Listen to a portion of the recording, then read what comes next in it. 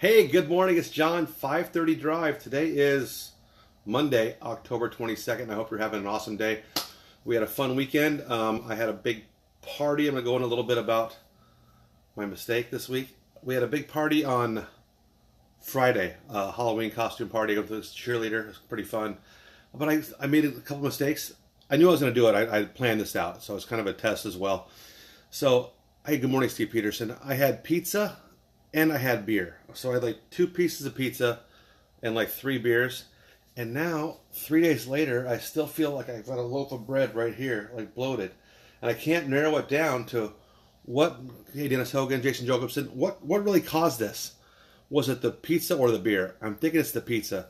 So it feels like a loaf of bread just sitting here. So I should have just done one one mistake after coming off my 30 days of meat. So I've gone 35 days, 34 days of meat, but I'm without one. And the one day I took off, and now it's messed me up for 3 days. So that's it. I went back on it on Saturday, so I'm just back to eating. I had pot roast and chicken wings, and I'm back on the meat again. So I'm gonna do it for like probably 10 more days to the end of the month, and then I'll get my blood test done again, and then we'll go from there. So anyway, enough about me. Let's go talk about a little bit about negotiating. There's one thing that's a very important part of negotiation that I think is mirroring. So, for example, if someone were to say one of their, let me tell you about a negotiation we did. I was buying a property that we could sell. We thought for $1 million, and we were going to buy it for about $750. And I went to talk to the lady, and she's like, I asked her, I said, "What do you need? What's going on with your house? Tell me what you want." She said, "I want it to be easy. I don't want to deal with open houses. I don't want to deal with people coming through my house. I don't want to get organized. I've been in this house for 45 years. I want it to be easy." And she says, "I'm moving back to Muscatine, Iowa." And I'm like, "Muscatine, Iowa? Wow, I'm from Iowa." And she's owned the house outright, so she's going to have $70,000 to move back to Iowa, plus her, all her other stuff. I'm like, well, so she's telling me that the money's not that important part. And I let her know that the money is an important part to us because it's a poor profit business. I said, so what I'm hearing is, so what she would say, she goes, I want things to be easy. So when she said that, I modeled her speech and said, then what is easy to you? And made her statement a question. What does easy look like to you? Well, I could maybe close so I have the money, the cash, and then stay here for a while and then maybe move down the road. Like, okay, great. And, I don't want to have any open houses. I don't want to list my house. So what does an open house look like to you? You might not get the highest market value for your house. I'm not worried about that. So just taking her words, mirroring what she says, and make it a question, and let her know you're listening to her and you have empathy and you're working with her, not against her. And she came back with the house price wasn't that important, and we ended up buying the house for $725 and selling for $1,050,000. It was a really good process. We went through it and we had a great profit. She was totally excited. She got to stay in her house for a month after we closed. Just live there and get her things sorted out, move out. We told her she could donate all her appliances and everything to a charity she does for homeless people. Not homeless people, but people that need stuff.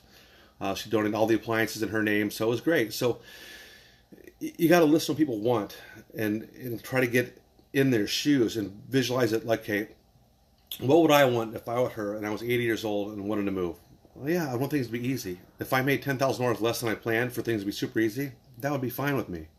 So that's kind of what I'm talking about mirroring. And, and when you mirror somebody, you want to kind of take their tone. Even if somebody says, "I don't think that's the right price." Well, what's not right about it? Come back at them, and you got to kind of mirror how they behave, because people are comfortable with people that are like them. So if they're soft-spoken and quiet, be soft-spoken and quiet. If they talk fast and get excited, talk fast and get excited with them. If they're angry, get angry. If they're happy, get happy. So the whole mirroring thing is, you sit down with somebody and you communicate on their level. And it makes communication so much more open and easier to deal with. So 2 tips I'm going today for negotiation. 1 is to mirror them.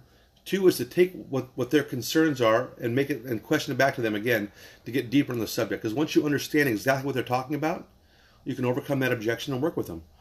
And another thing, you're not trying to always get yes. Getting no is a good thing to do. For example, if you go to ask your boss for a raise and you don't know how to do it, you walk in there and say, "Do you want me to fail?" Well, no, I don't want you to fail. Well, how do you expect me to do this, and this task you've added on to my job and keep the same pay? I feel like I'm failing. Well, I don't want you to fail. So you kind of twisted it where I'm doing all these projects for you and I've increased my value to you, but you haven't increased your value to me. So you're putting that in his head that if he gives you more value, you can give him more value. But you're not, not trying to make him say yes. People have a hard time saying yes. They call somebody on the phone, say, "Do you have 5 minutes to talk?" "No, I don't." "Is now a bad time?" "No, now's not a bad time." It's easier to say no. So ask them, "Is now a bad time?" "No, now it's fine." Great. So try to get to know, mirror and match, work their tone, work their pace. So just a little negotiation thing that I use. I got a bunch more negotiation stuff. Like I said, I'm going through books. I'm trying to become an expert negotiator. I do it every single day, and it's one of my favorite parts of my job. So that's it, everybody. I want you to have a wonderful day today. I want you to please subscribe to my YouTube channel. I'm trying to grow a little YouTube thing down there. So I've got all our past videos, all 34 of the early ones. This one's going to be on there. And if you know anybody that might need this video, share it with them or tag them in the video. And that's it. I hope you guys have a wonderful Monday, and I love you very much. You are awesome. Thank you.